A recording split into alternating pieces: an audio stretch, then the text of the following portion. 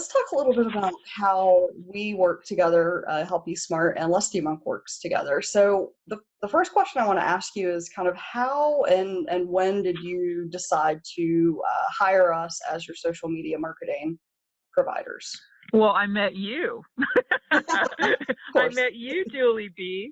I mean, I've been knowing that one of the steps I needed to take to grow the business was to revamp my online presence.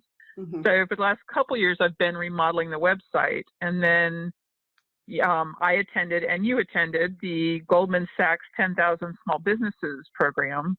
And I knew I needed to do social media, and I'm not good at it. And then I met you, and I was really impressed with, well, for one thing, your sense of humor and your media savvy. And I just like the way you came across and your whole attitude towards social media. And I also like the fact that you're based here in North Carolina. Hmm. So I basically begged you to take me on as a client.